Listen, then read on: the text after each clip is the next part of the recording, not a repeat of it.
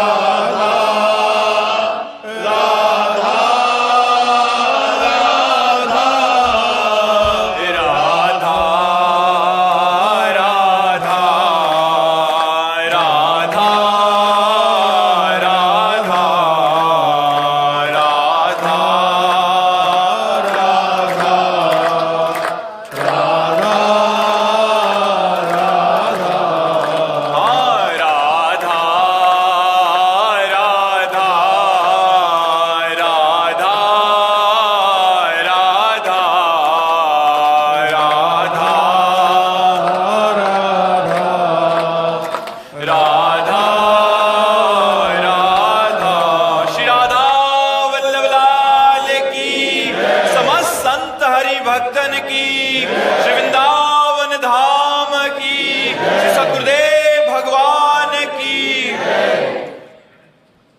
वैभव जी नई दिल्ली से। राधे राधे महाराज जी। महाराज जी, निरंतर प्रयासों के बाद भी जब असफलता मिलती रहे तो स्वयं को मोटिवेट क्या प्रयास करते हो? लौकिक ही प्रयास तो करते हो ना, अपने पूर्व पाप के नष्ट करने का प्रयास तो नहीं करते कि आप कोई अनुष्ठान कर रहे हैं, आप भजन कर रहे हैं, आप परोपकार कर रहे हैं, आप तीर्थयाटन कर रहे हैं पवित्र भाव से, ये तो सब कुछ है नहीं। तो पूर्व में जो पाप कर्म किया है, अब जो आप सफलता के लिए प्रयास करते हैं वो आपको असफल कर देता है, गिरा देता है। तो आपका प्रयास कोई आध्यात्मिक है क्या? तो फिर बिना आध्यात्मिक प्रयास के आप कैसे विजय प्राप्त कर सकते हैं? जो हमने पूर्व में पाप किए हैं, गलतियां की हैं, वो हमको दुख देंगे ना। हम पढ़ लिख करके अच्छा बनना चाहते हो, हमको गिरा देंगे। हमारे पास सर्टिफिकेट लेकिन नौकरी नहीं मिलेगी, व्यापार में पैसा लगाते लेकिन सफलता नहीं मिलती है, तो वो हमको दुख देगा ना पाप कर्म। तो उस पाप कर्म को नष्ट करने के लिए हम क्या प्रयास करते हैं? विचार कीजिए। कोई प्रयास नहीं करते ना, तो उसके लिए प्रयास करो। हम कह रहे हैं कुछ मत करो, राधा राधा राधा राधा राधा नाम जपना शुरू करो। काउंटर लो और गिनती से 50,000 रोज नाम जप करो। फिर हमें बताओ लंबे समय तक, ये नहीं कि अब 4 दिन बाद हमसे प्रश्न करो कि 50,000 नाम जप किया, हमारी नौकरी नहीं लग गई, हमारा काम नहीं बना। लंबे समय तक जप कीजिए, फिर देखिए सफलता मिलती है कि नहीं। कुछ जने बिना प्रयास के भी महाराज जी, क्या उनका पूर्व का प्रारब्ध? पूर्व का पुण्य है कि उनका प्रयास कोई ज्यादा प्रशंसनीय नहीं है, पर वो सफलता प्रशंसनीय प्राप्त कर रहे हैं, ये पूर्व का पुण्य है। ऐसा भी देखा जाता है कि वो बिना उसमें योग्यता भी नहीं है। बिल्कुल हाँ, योग्यता भी नहीं, प्रयास भी नहीं, सफलता अधिक है, ये पूर्व का पुण्य उनका काम कर रहा है। योग्यता है, प्रयास भी है, लेकिन सफलता नहीं, ये पूर्व का पाप उसको गिरा रहा है। क्रम होता है, जब पुण्य लगेगा तो आप पाप कर्म करो तो भी उन्नति होती चली जाएगी, और जब पुण्य का संयोग आएगा, जैसे पाप का लगा संयोग, तो अब आप चाहे जितना पुण्य करो, आप चाहे जितना धर्म करो, वो आपको दुखाई देता चला जाएगा। और पुण्य का संयोग है तो आप पाप कर्म करो तो भी आपको सुख मिलता चला जाएगा। लेकिन जब ये पुण्य खत्म होगा और पूर्व का पाप और वर्तमान का पाप मिलेगा तो आपको कष्ट दे देगा। और जब उनका पाप नष्ट हो जाएगा तो ये पुण्य और वो पुण्य पीछे का जब मिलेगा तो उनकी उन्नति हो जाएगी। ये एक क्रम है ईश्वरीय, जो ईश्वरी भागवती है जो क्रम है वो ये है। तो इसलिए नाम जप करो और अपने पापों को भस्म करके आगे बढ़ो, नाम जप करो। ठीक है। अशोक जी, नीलिमा जी, राधे राधे राधे। राधे राधे। महाराज जी, आपके चरणों में कोटि कोटि प्रणाम। महाराज जी, यूट्यूब में आपको देखकर, आपकी वाणी सुनकर, कीर्तन सुनकर एक अलौकिक अद्भुत आनंद की अनुभूति होती है, और वो खिंचाव यहाँ खींच लाया। महाराज जी, एक प्रश्न में त्रुटि हो तो क्षमा कीजिएगा। महाराज जी, ठाकुर श्री रामकृष्ण परमहंस जी और आपके जीवन और उपदेशों में एक अद्भुत समानता सी दिख रही है। महाराज जी, विशेषता, महाराज जी, रामकृष्ण परमहंस जी ने कहा था कि वो 100 वर्ष के बाद इस पृथ्वी पे कलकत्ता के दक्षिणेश्वर काली मंदिर से उत्तर पश्चिम दिशा में पुनः आएंगे। महाराज जी, कानपुर भी ऐसा ही कलकत्ता से उत्तर पश्चिम। महाराज जी, तो क्या कोई ऐसी? नहीं, हम तो उन महापुरुषों के दास हैं, उनकी चरण रज के प्रताप से। हाँ, बोल जो रहे हैं वो उन्हीं की जूठन बोल रहे हैं, जो बोल रहे हैं वो उन्हीं की जूठन बोल रहे हैं, महापुरुषों की ही बातें बोल रहे हैं। लेकिन वो तो गुरुजन हैं, वो आचार्य जन हैं, वो महापुरुष जन हैं, हम उनके बच्चे हैं, हम उनकी शरण में हैं। कपिल जी, उज्जैन से। श्री हरिवंश महाराज जी। श्री हरिवंश, राधे राधे। महाराज जी, भगवत साक्षात्कार एवं भगवत प्रेम में क्या अंतर है? भगवत प्रेम की प्राप्ति भगवत प्रेम से ही भगवत साक्षात्कार होता है। जब तक भगवत प्रेम नहीं होता तब तक भगवत साक्षात्कार नहीं होता।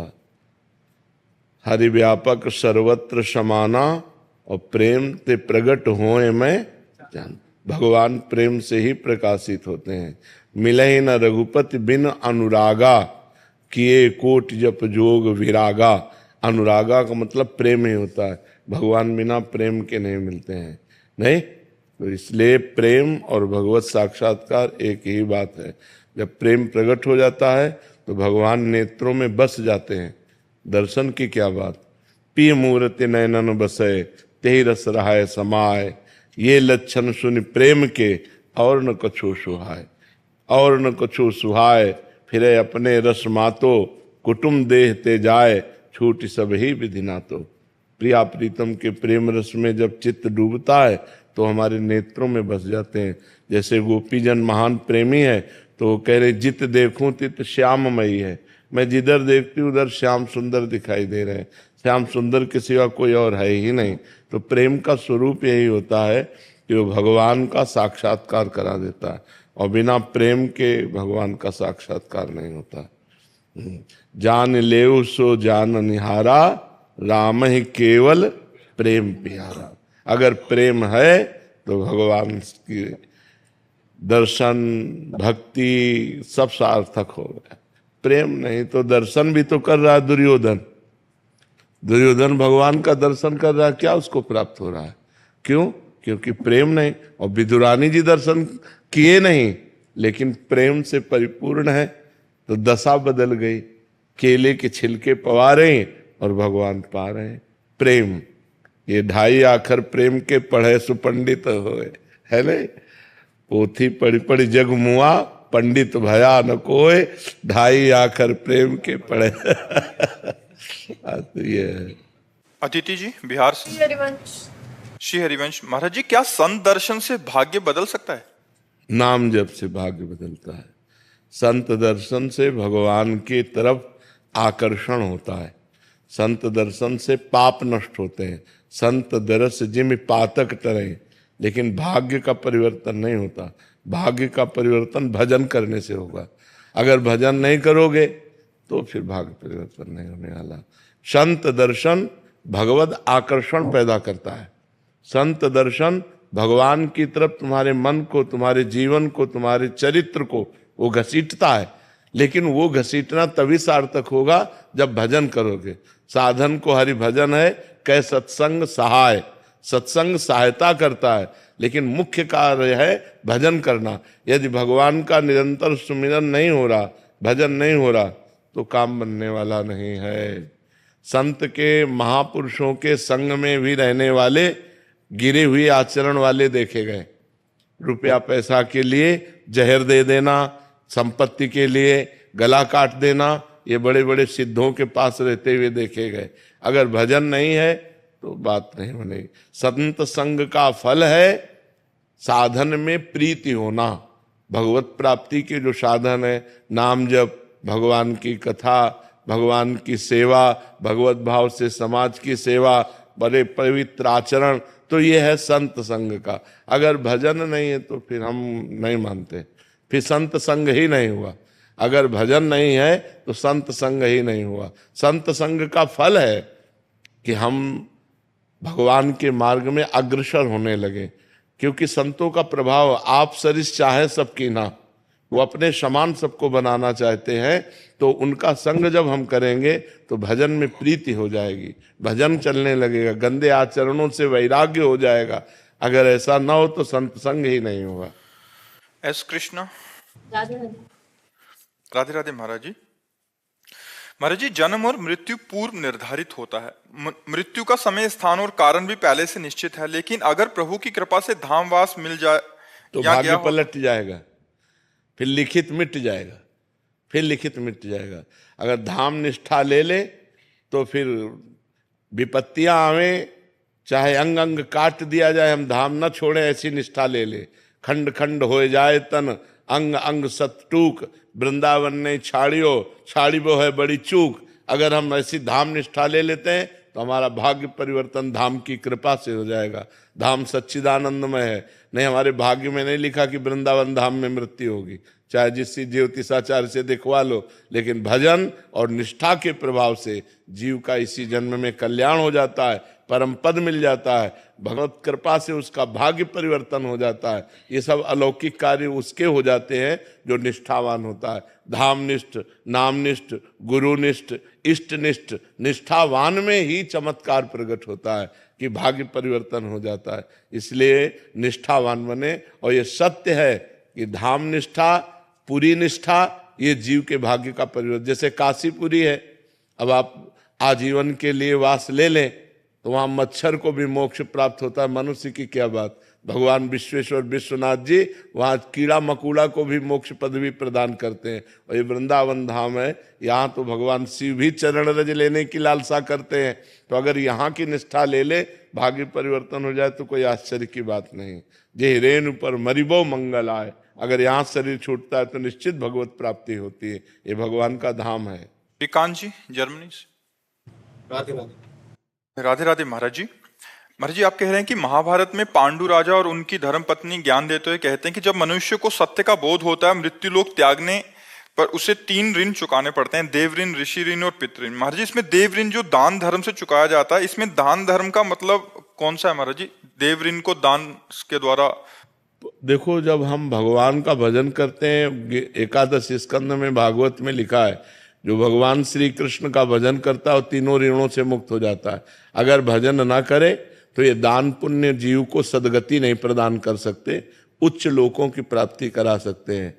देवलोक प्राप्त हो सकता है, पितृलोक प्राप्त हो सकता है, तपलोक प्राप्त हो सकता है, महारलोक प्राप्त हो सकता है, यहाँ तक कि ब्रह्मलोक तक। तो ब्रह्मलोक तक आने जाने का क्रम बना हुआ। आ ब्रह्म भुवनान लोकान पुनरावर्तिनो अर्जुन, भगवान कहते हैं। और आ ब्रह्म स्तंभ पर्यंतम सर्वम मायामयम जगत, सत्यम सत्यम पुनः सत्यम हरे नामयु केवलम। यदि दान पुण्य के बल से तो लोकों की प्राप्ति हो सकती है, मोक्ष की नहीं, या भगवत प्राप्ति नहीं हो सकती। तो ऋण मुक्त तभी माना जाए जब भगवत प्राप्ति हो जाए। अगर भगवत प्राप्ति नहीं है तो कोई ऋण मुक्त नहीं हुआ। मनुष्य जीवन का जो परम कर्तव्य है वो भगवत प्राप्ति। सो परत्र दुख पावई, सिर धुनि धुनि पछताए, काल ही कर्मय ईश्वर मिथ्या दोष लगाए। जो न तरय भव सागर, असमाज नर पाए, सुअति निंदक मंदमति, आत्महनन गति जाए। वो आत्महत्या है, चाहे जो ऋण पूरा कर ले, यदि भगवत प्राप्ति नहीं करता। मनुष्य जन्म भगवत प्राप्ति के लिए मिला हुआ है। तो मातृ ऋण, देव ऋण, पितृ ऋण, ऋषि ऋण, सबसे ऋण हो जाता है जब भगवान की प्राप्ति हो जाती है। शीला जी। राधे राधे। राधे राधे महाराज जी।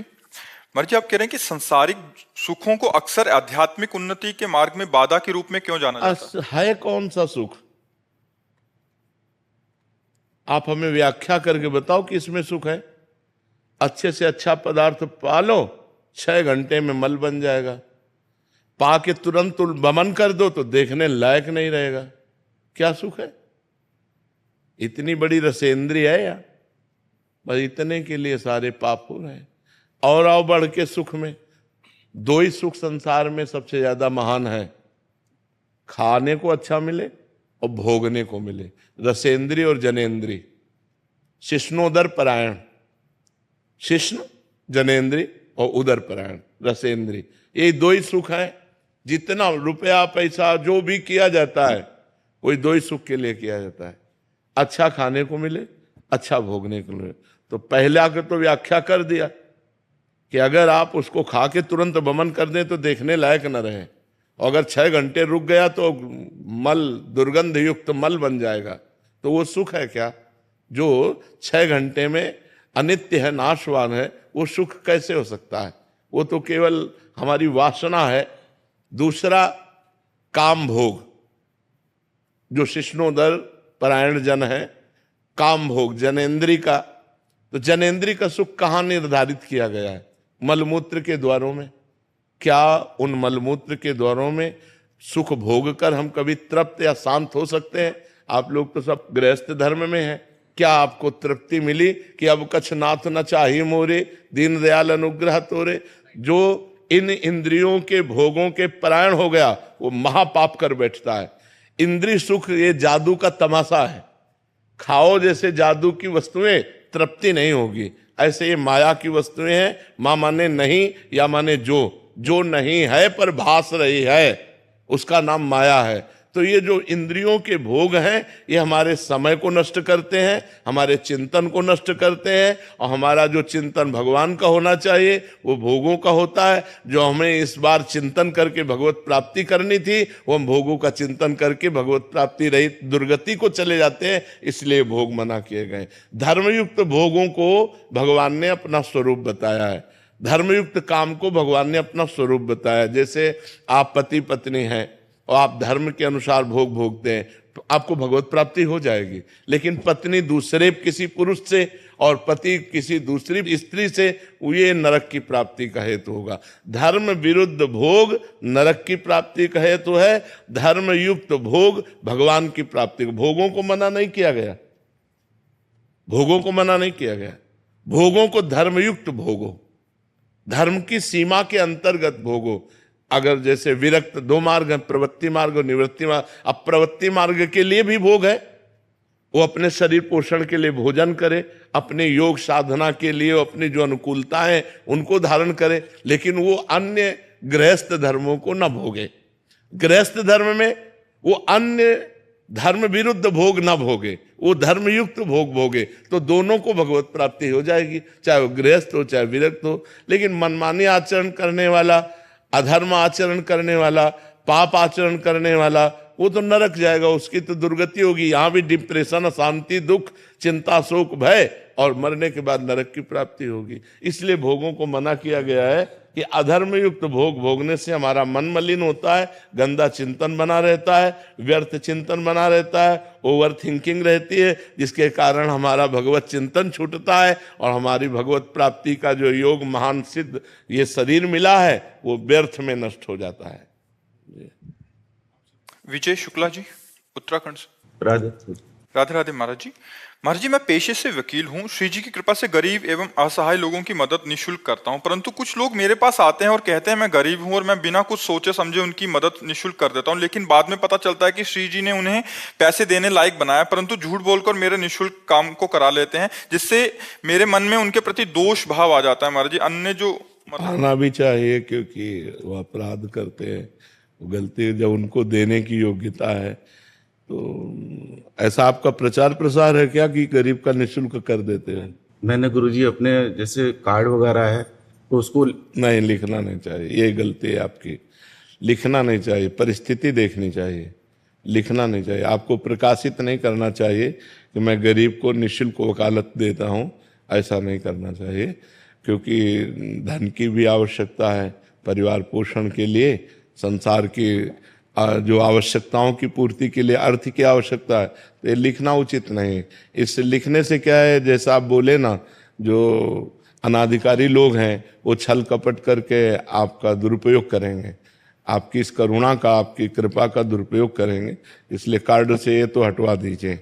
और इसके बाद परिस्थिति देखिए, मान लो गरीब है तो आप 500 की जगह आप 200 दे दीजिए, और जब वो रो के कह रहा है मेरे पास 200 रुपये भी नहीं है, तो आपने तो पहले ही ठान रखा है फ्री करने का, चलो देखते हैं फिर। उसमें भी ऐसा लगे कि हाँ वास्तविक ये गरीब है, तो फिर कार्य कर दिया। नहीं तो ऐसे छली कपटी लोग, दंभी लोग ऐसे बहुत है, नाटकी लोग। पाए जान जगत में सब जन कपटी, कुटिल कलयुगी टंचु, जो सीधे सरल स्वभाव, करुणा स्वभाव का दुरुपयोग कर लेते हैं। इसलिए कार्ड से तो हटा दीजिए और सावधान रहिए, सावधान दृष्टि में देखिए, वो पता चल जाता है उसका बैठना उठना, चाल, कपड़ा लत्ता, उससे सब पता चल जाता है कि आदमी किस योग्य है। छली कपटी आदमी में अलग दिखाई देता है।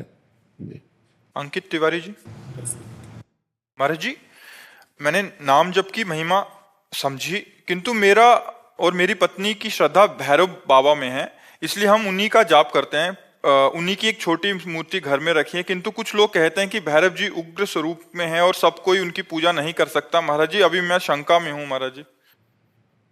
नहीं, भगवान के सब स्वरूप हैं, किसी भी रूप की आराधना कर सकते हो। है तो उग्र रूप, तमोगुण में रूप है उनका। तो अगर हम उग्र स्वरूप से भी जुड़े हैं तो हमारा वो विनाश तो करेंगे नहीं ना, हमारा मंगल ही करेंगे, क्योंकि हम उनके दास हैं, हम उनके सेवक हैं। तो आप सेवा करो, आप उनका सुमिरन करो, वो मंगल ही करेंगे, हम मंगल तो करेंगे नहीं ना। हाँ, विकास जी। राधे राधे महाराज जी। जी। महाराज जी, आपके चरणों में कोटि कोटि प्रणाम। महाराज जी, वो कौन सी परिस्थिति है जिसमें माँ बाप बच्चों का परित्याग कर सकते हैं? अब ये तो माँ बाप के हृदय की स्थिति है, माँ बाप के हृदय की स्थिति है। नहीं, किसी भी परिस्थिति में बेटे का त्याग कर देना तो, या माँ पिता का त्याग कर देना, या तो बहुत अधार्मिक प्रवृत्ति का हो तो त्याग किया जा सकता है। जाके प्रिय न राम वैदेही, तजिए ताहि कोटि वैरिशम, यद्यप परम स्नेही। या फिर ऐसी परिस्थिति आ गई जैसे कंस कारागार में देवकी और वसुदेव जी हैं, अब बालक की रक्षा करना अनिवार्य है, तो इसे गोकुल पहुंचा दिया जाए।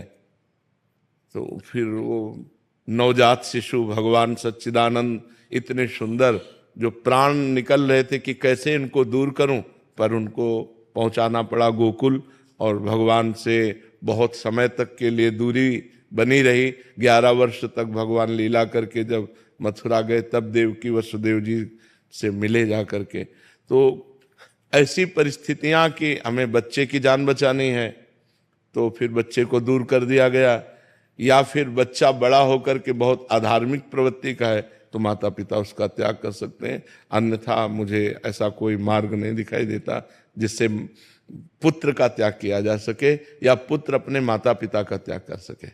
वो बच्चा ऐसा है कि गलत मार्ग पे चल रहा है। हाँ वही वही, हाँ वही। और वो मरने की धमकी दे बार बार। जब अधर्म में चलेगा, अधर्म में चलेगा, पापाचरण करेगा तो धमकी दे चाहे ना दे, मरा हुआ ही है। बात समझो, माता पिता को समझ लेना चाहिए, क्योंकि जब अधर्म का आचरण करेगा तो आज नहीं कल या तो जेल जाएगा और या फिर बुद्धि भ्रष्ट होगी और सुसाइड करेगा। पाप के यही फल होते हैं, या स्वयं इतना डिप्रेशन में पहुंच जाएगा कि सोचने लगेगा। तो अधर्म आचरण का फल तो यही है। इसीलिए कहा कि यदि आधार्मिक प्रवृत्ति का हो तो फिर क्या किया जा सकता है, दूसरा उपाय नहीं। परिवार की रक्षा के लिए उसका त्याग अनिवार्य हो जाता है। वैसे बहुत कठिन होता है ऐसी परिस्थितियों में, क्योंकि पुत्र है, कैसा भी पुत्र हो, पुत्र तो पुत्र ही होता है। पर जब अधर्माचरण करने लगता है तो धर्मात्मा पिता, धर्मात्मा परिवार को बहुत क्लेश होता है।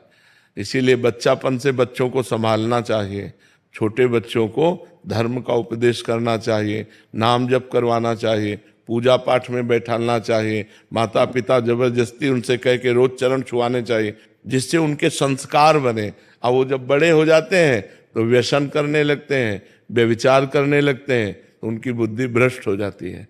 ये जो गर्लफ्रेंड बॉयफ्रेंड चला है ना, ये व्यभिचार बुद्धि भ्रष्ट कर देता है। तो अधर्माचरण से कभी किसी को सुख या शांति की प्राप्ति नहीं होती। तो ऐसे अधार्मिक पुत्र से यदि पूरे परिवार की हानि हो रही हो तो उसका त्याग कर देना चाहिए। जैसे शरीर के किसी अंग में कैंसर हो जाए तो हम उस अंग को कटा देते हैं, ऐसे ही बहुत प्रिय अंग होने पर जैसे कटा देते हैं, ऐसे बहुत प्रिय संबंधी हो, लेकिन यदि वो भगवान से विमुख आचरण करने वाला, अधर्माचरण करने वाला है तो उसका त्याग ही उचित है। आजकल यही तो धमकियां बच्चों को छूट दिला दिए, मम्मी पापा भयभीत हो गए, अब वो पूरा जीवन बर्बाद कर लिया अपना। ये बच्चे क्या करते हैं, अब 3-3 बॉयफ्रेंड, 4-4 बॉयफ्रेंड, ये हमारे सनातन धर्म की रीति थोड़ी है। अपने पति के लिए यमराज तक से लड़ जाने वाले देश के हम वासी हैं। सावित्री जी यमराज तक से छुड़ाकर सत्यवान को ले आई। तो हमें लग रहा है कि माता पिता को चाहिए कि शुरू से सुधारे अपने बच्चों को, नहीं तो नई जो पीढ़ी है वो बर्बादी की तरफ ज्यादा जा रही है। अब 2 ही केवल लक्ष्य रह गए हैं, खूब अच्छा खाओ और बेविचार करो। न कोई धर्म, न कोई इंद्रिय विजय, न कोई अध्यात्म, न कोई भगवत्म, ये सब नहीं। जैसे बने धन घसोटो, जैसे बने इंद्रियों का पोषण करो, बस अब यही रह गया है। नई पीढ़ी में ज्यादातर यही विचार रह गए हैं। रमेश कुमार त्रिवेदी। राधे राधे गुरुदेव। राधे राधे महाराज जी। गुरुदेव, सत्संग में आपने कई बार कहा है कि अगर नाम जप करते हुए भगवत मार्ग में इस जन्म में कोई त्रुटि रह गई और भगवत प्राप्ति ना हो पाई तो अगले जन्म में आपको भगवत प्राप्ति के सारे अनुकूल मार्ग मिलेंगे। गुरुदेव, मेरा प्रश्न है कि क्या अगले जन्म में यही इष्ट, यही संप्रदाय या यही भाव, दास से शक्ति भाव होगा या कोई नया मार्ग मिल जाएगा? यही रहेगा। जो उपासना की है वही उपासना अगले जन्म में आपको मिलेगी, वही उपासना मिलेगी। जैसे भरत जी का कलिंजर पर्वत पर हिरण के रूप में जन्म हुआ, तो वहां से चल के पुनः गंडकी नदी में आए, क्योंकि गंडकी नदी के किनारे तपस्या की थी ना, और वही मंत्र जपते जो भरत जी के रूप में जपते थे, वही हिरण के रूप में जपा, और अगला जन्म ब्रह्मबोध संपन्न महापुरुष जड़ भरत जी के रूप में वो प्रकट हो गए। तो जो हमारी पुरानी उपासना होती है, अगर हम सिद्ध नहीं हुए, भगवत प्राप्त नहीं हुए, तो अगले जन्म में वही उपासना प्राप्त होती है, वही ठाकुर प्राप्त होते हैं, वही मंत्र प्राप्त होता है, वही संग प्राप्त हो जाता है, और वैसी भावना बनने लगती है। गुरुदेव भी सर, गुरुदेव वही रहेंगे। गुरुदेव का रूप बदल जाएगा, गुरु तत्व तो वही रहेगा, रूप बदल सकता है, क्योंकि गुरुदेव का रूप तो विनाशी है। ये जो रूप है ये विनाशी है, लेकिन गुरुदेव अविनाशी है। ये रूप बदल जाएगा, दूसरे रूप में वो मिल जाएंगे। हरिओम शुक्ला जी। महाराज। शेरविंद महाराज जी। महाराज जी, मेरा प्रश्न है कि लालडी जी की कृपा से मुझे भक्तों का जब संग मिलता है या उन्हें देखकर मुझे बहुत दुख सा होता है, क्योंकि मैं देखता हूं कि उनके जैसा भाव, भक्ति, साधना मेरे में नहीं है। महाराज जी, ऐसे में क्या गलत होना चाहिए, ऐसा होना चाहिए। हमको भी होता है, जब अपने बड़े संतों के चरित्र पढ़ते हैं तब लगता है क्या यार जीवन है, इन्होंने कितना भगवान के लिए त्याग किया, कितना भगवान का भजन किया, कितना भगवान के लिए कष्ट सहा। हम तो सुखपूर्वक जीवन जी रहे हैं, वो कितना कष्टपूर्वक जीवन जिए। तो इसीलिए पढ़ा जाता है महापुरुषों के चरित्र कि हमें कभी अहंकार न हो अपनी भक्ति का। और ये दुख तो बना ही रहना चाहिए कि काश हम भी 24 घंटे भगवान के लिए रोएं, हम भी तड़पें भगवान के लिए। ये बात तो तभी आएगी जब हम बड़े संतों का चरित्र पढ़ेंगे। अपने से छोटों को देखेंगे तो अहंकार आएगा, अपने से बड़ों को देखेंगे तो अहंकार नष्ट हो जाएगा, और ये दुख तो होना ही चाहिए। महाराज जैसे साथ के जो मित्रगण भी हैं, तो उनको भी जब देखता हूँ तो उनमें रहता है कि हाँ ये मतलब इतना बढ़िया करते हैं, जैसे श्री जी की बहुत बहुत अच्छी वृत्ति है। भगवान की बड़ी कृपा है जो किसी के दोष न देख करके गुण देखे और अपने में दोष देखे। ये तो भगवान की विशेष कृपा है, बस इसे गुप्त रखना नहीं, इसका भी अभिमान हो जाएगा। ये अभिमान बहुत विचित्र चीज है ना, इसका भी अभिमान आ जाएगा कि मैं निर्दोष वृत्ति रखने वाला हूं, ये भी परमार्थ में घातक हो जाएगा। इसको गुप्त रखिएगा। श्रीमन त्रिपाठी जी। प्रणाम महाराज जी, आपका एक प्रश्न है, ये काफी बच्चों का भी प्रश्न है। महाराज जी, फ्यूचर को लेके बहुत चिंता होती है कि 5 साल बाद क्या होगा, जब मैं नौकरी अगर लगेगी नहीं होगा। महाराज जी, कुछ चीजें हमारे कंट्रोल में ही नहीं होती। महाराज जी, ऐसे में मन को, दिमाग को कैसे स्थिर रखें? देखो, जब भजन करोगे तो कल की चिंता का भाव खत्म हो जाएगा। ना कोई फीस है, किसी से किसी तरह की कोई फीस, और ना कभी ऐसे मांगना है। जिस हम परमात्मा की शरण में है, वो जब इतने बड़े हमारे परिकर को पोषण कर रहा है, तो तुम्हारा पोषण क्यों नहीं होगा? तुम कल के लिए चिंतित क्यों हो? क्योंकि तुम्हें परमात्मा का आश्रय नहीं स्वीकृत है, तुमने भगवान को अपना मालिक नहीं माना। तो फिर जैसे जहाज ना हो और तैरना ना आता हो, फिर नदी में उसकी हालत क्या होगी, समुद्र में हालत क्या होगी उसकी, वैसी हालत है आप लोगों की। ना तो आपके अंदर ज्ञान है और ना भगवान का भरोसा है, तो अब ओवर थिंकिंग, भूत भविष्य काल का चिंतन, ये आपको तो परेशान करेगा ही करेगा। हम कहते हैं राधा राधा नाम जप करो और भगवान के आश्रित रहो, जब तक ब्याह न हो तब तक ब्रह्मचर्य से रहो। देखो आपका अंदर से क्या ज्ञान प्रकट होता है, एकदम आनंदित रहोगे बच्चा, एकदम आनंदित रहोगे। हमारी बात मान लो, अगर हम भगवान के सहारे हैं तो हम आपको बार बार कहते हैं किसी भी बात की कमी नहीं है और किसी को चिंता नहीं। इनको इसलिए चिंता नहीं कि महाराज जी बैठे हैं, हमको इसलिए चिंता नहीं कि भगवान है। सब एक दूसरे के आश्रित होकर भगवान का आश्रय ला, किसी को कोई चिंता नहीं। आप चिंतित क्यों हो रहे हैं, अपने लिए परेशान क्यों हो रहे हैं? हम कहते हैं आप ब्रह्मचर्य रह के देखो और नाम जप करो, बड़ी बड़ी विपत्तियों को रौंद के न निकल जाओ। तो हमसे बताओ, ब्रह्मचर्य वो पावर है जो आपकी सोच को पॉजिटिव करता है, लोग समझ नहीं पा रहे। और ब्रह्मचर्यहीनता जहां जैसे जैसे आती जाएगी आपकी सोच निगेटिव होती चली जाएगी। निगेटिव सोच ही मृत्यु है और पॉजिटिव सोच ही जीवन है। अगर हमारा पॉजिटिव चिंतन है तो हम बहुत आनंदित रहेंगे दुख में भी, अगर निगेटिव चिंतन है तो सब सुविधाएं हैं लेकिन हम परेशान रहेंगे। अगर हम आज दहाड़ रहे हैं तो भगवान की शरण में और ब्रह्मचर्य से हैं, उससे हम दहाड़ रहे हैं, भगवान की शरण में और ब्रह्मचर्य से। वही तुम्हें सब नौजवानों को कहते हैं, तुम थोड़ा जिसे निकालने में इतना आनंद समझते हो उसको रोक के तो देखो, बहादुर बन जाओगे, माया पर विजय प्राप्त कर लोगे, हर विपत्ति हर संकट को रौंदने की सामर्थ्य आ जाएगी। धर्म से चलो, पवित्र आचरण करो, क्यों भविष्य की चिंता करते हो? वर्तमान को संभालो। वर्तमान सही है तो तुम्हारा भूत भी पवित्र हो जाएगा और भविष्य भी मंगलमय हो जाएगा। वर्तमान गलत हो गया, भूत भविष्य की चिंता में मिनट को खो दिया। अगर इस मिनट में राधा बोलते, कृष्ण बोलते, हरि बोलते और पवित्र चिंतन करते तो तुम्हारा भविष्य भी ठीक हो जाता और तुम्हारा पूर्व जो बीता हुआ है वो भी अच्छा हो जाता। इसलिए नाम जप करो और ब्रह्मचर्य, ब्रह्मचर्य की तरफ कोई देख ही नहीं रहा, कोई नहीं देख रहा, बस जीवन का सुख समझ रहा ब्रह्मचर्य को नष्ट करना। नए नए बच्चे समझ रहे हैं जितना ब्रह्मचर्य को नष्ट कर लो उतने सुख भोग लो, ये तुम्हारे जीवन का नाश है।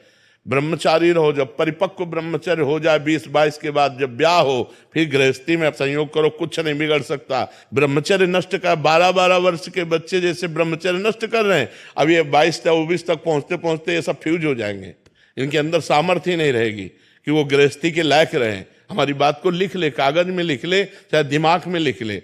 अगर धर्म से चलोगे तो तुम कम से कम संसारिकता का भी तो निर्वाह कर पाओगे, नहीं तो संसारिकता का निर्वाह नहीं कर पाओ। अरे नए बच्चे तो ऐसे टमाटर जैसे रखे होने चाहिए गाल और चेहरा।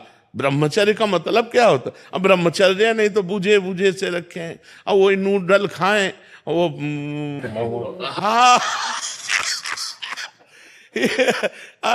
हाँ 1 लीटर 1.5 लीटर मठा पी के 4 मोटी रोटी खाकर दंड बैठक मार के किसान आदमी जो है मेहनत, अब ये मोमोज फोमोज खाकर अब भोजन सही नहीं है, आचरण सही नहीं है तो विचार कहां से पवित्र और सही आ जाएंगे? ये कभी आनंदित होते हो? एकांत में चिंतन करके कभी आनंदित होते? कभी नहीं। एकांत में चिंतन करके और डिप्रेशन में पहुंचोगे। क्यों? भगवान का चिंतन नहीं।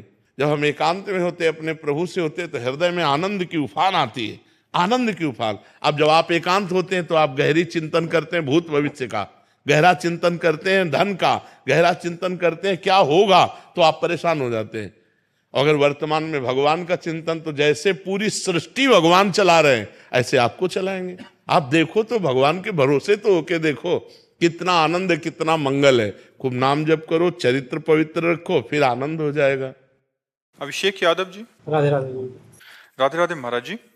महाराज जी, नशा समाज के पतन का मुख्य कारण बनता जा रहा है। अक्सर जो दुराचारों की घटना बहन बेटियों के साथ होती है उसमें नशा एक मुख्य कारण होता है। नशे की हालत में इंसान का डर सा खत्म हो जाता है, उसे सही गलत का होश नहीं रहता, तो महाराज जी वो ऐसे काम करने लग जाता है। महाराज जी, मेरा निवेदन था कि नशा रोकने के लिए मार्गदर्शन दें ताकि ऐसी घटनाओं पर रोक लग सके। देखो, हमारा उपाय सब रोकने के लिए है, बेविचार रोकने के लिए, नशा रोकने के लिए, अधर्म रोकने के लिए, पाप रोकने के लिए, डिप्रेशन रोकने के लिए, चिंता रोकने के लिए, सबका उपाय एक ही है, अध्यात्म। जब तक आप अध्यात्म से नहीं चलोगे तब तक आपका सुधार नहीं होगा। अध्यात्म से एक भय पैदा हो जाता है, मैं ये पाप कर्म नहीं करूँगा, अरे ये निंदनीय। आज हजारों या हम लाखों कह सकते हैं, लाखों हमारे नौजवान भाई नशा छोड़ दिए, शराब छोड़ दिए, मांस छोड़ दिए, गंदी बातें छोड़ दी, यहीं आके बताते हैं कि हमको 1 वर्ष हो गया छोड़े, हमें 6 महीना हो गया, हमें साल भर हो। तो अध्यात्म ही तो छुड़वा रहा है। जैसे जैसे वो अध्यात्म सुन रहे हैं, अध्यात्म को धारण कर रहे हैं, वैसे वैसे गंदे आचरण त्यागते जा रहे हैं। अभी अगर नौजवान भाई थोड़ा अध्यात्म की तरफ झुकें तो इनका सुधार हो। अब अध्यात्म से मतलब नहीं, केवल अब नौजवानी है और धर्म को कभी जाना नहीं, शास्त्र पढ़ा नहीं, संत संग किया नहीं, तो बस मनमानी आचरण चल रहा है, मनमानी आचरण चल रहा है। जो जितना गंदा जीवन जी सके वही उतना अपने को श्रेष्ठ मान रहा है। क्लब जाना, शराब पीना, ड्रग्स, तो इससे बहुत बड़ी हानि हो रही है, हमारे समाज की बहुत बड़ी हानि हो रही है।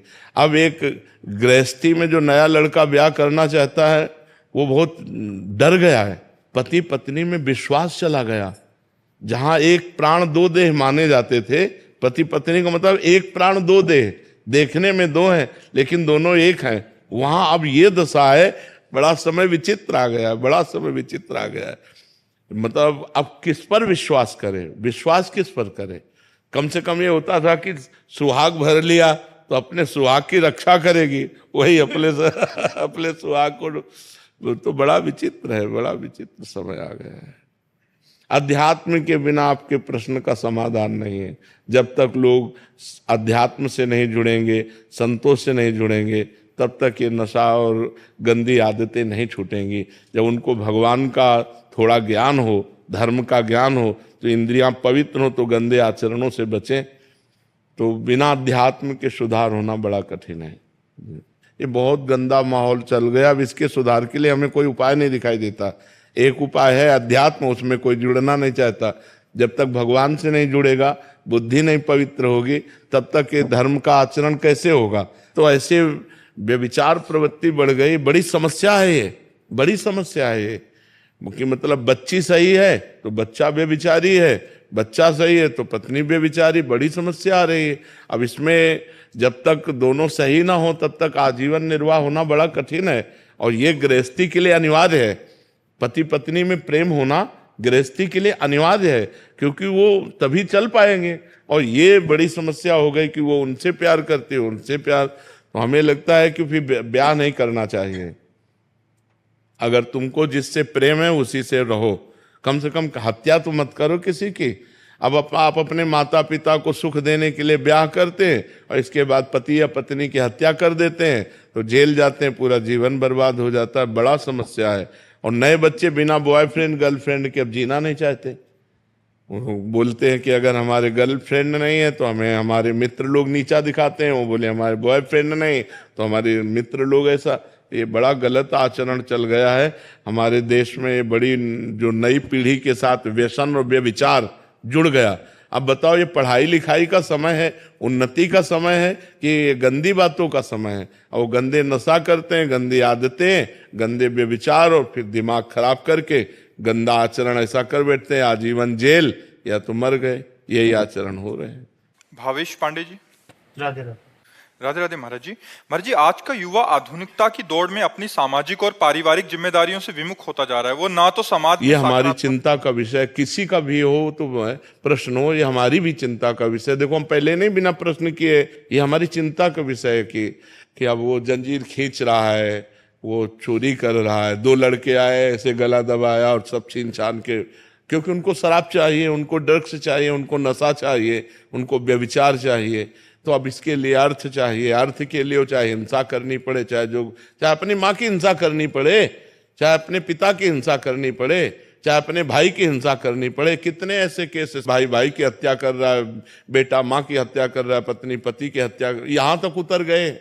तो थोड़ा भी प्रेम किसी में नहीं दिखाई दे रहा कि चलो भाई भाई का प्रेम है, पति पत्नी का प्रेम है। कहीं तो हम जिए किससे? कम से कम गृहस्थी में है तो एक परिवार है, उसमें आपस में प्रेम है। तो जो कुछ कमा के लाए, जब खाए, प्रेम से बैठे, आनंद से बैठे, हमारे संबंध हो तो विश्वसनीय है कि ये हमारी पत्नी है, ये हमारा पुत्र है, ये हमारा भाई है, ये हमारी माँ है। अब संबंध भी विश्वसनीय नहीं, तो ये जो समय चल रहा है ये ठीक नहीं है। ऐसे ठीक नहीं है। ऐसे आगे चल करके परिवार का परिवार सब नष्ट हो जाएंगे। इसके लिए चाहिए विश्वास, प्रेम और वो होता है पवित्रता से। अब पवित्रता रह नहीं रही है, पवित्रता पे कोई विचार ही नहीं कर रहा। नए बच्चों को देखो भूत सवार है, बस कैसे रुपया मिले, कैसे नशा मिले, कैसे बेविचार मिले, बस इस पे सवार है, दिमाग इस पे सवार है। ये बिना अध्यात्म के नहीं सुधर सकता, बिना भगवान से जुड़े नहीं सुधर सकता। और भगवान से जुड़ना ये नए बच्चे चाहते नहीं, उनको संसारिकता पसंद है, तो कैसे सुधारा जा सकता है आप बताओ? बिना भगवान के, बिना धर्म के, बिना पवित्र आचरण के कैसे सुधारा जा सकता है? कोई उपाय तो हमें, कोई टेबलेट तो है नहीं कि टेबलेट खवा दिया जाए, वो तो ऐसा है नहीं। उसको तो स्वयं में जब ग्लानि होगी और स्वयं से सुधरना चाहेगा तो सुधर सकता है। हजारों लोग सुधर भी रहे, ऐसा नहीं हजारों लोग सुधर रहे, सत्संग सुनकर अपने जीवन का परिवर्तन कर रहे हैं। अध्यात्म से ही सुधारा जा सकता है, अन्य कोई उपाय नहीं।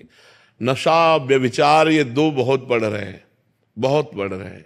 छोटे छोटे बच्चे नशा कर रहे हैं, छोटे छोटे बच्चे 12 वर्ष का एक लड़का आया था जो हस्त मैथुन का शिकार और गर्लफ्रेंड, 12 वर्ष का बच्चा। ये बेटा, तो हम पूछा कितनी आयु हो? बोले 12 वर्ष। 12 वर्ष, 12 वर्ष में तो मतलब अभी बिल्कुल नवीन बच्चा है, ये बातें आनी ही नहीं चाहिए। मतलब 18, 20, 22 वर्ष में ऐसे उमंगे तरंगे आना, तब तो लगता है कि अवस्था हो गई, इसीलिए ब्याह कर दिया जाता था। और अब 12 वर्ष, 13 वर्ष का बच्चा पूरा प्रवीण है, गृहस्थाश्रम की हर बात जानता, क्योंकि मोबाइल उसके पास है। अब जब व्यसन में उतरेगा, व्यभिचार में उतरेगा, तो उसका जीवन क्या रह जाएगा? तो नए नए बच्चों का जीवन सब मजाक होता चला जा रहा है, माया नष्ट करती चली जा रही है। अगर अध्यात्म से जुड़े, भगवान से जुड़े, तो परिवर्तन हो सकता है, दूसरा कोई उपाय नहीं।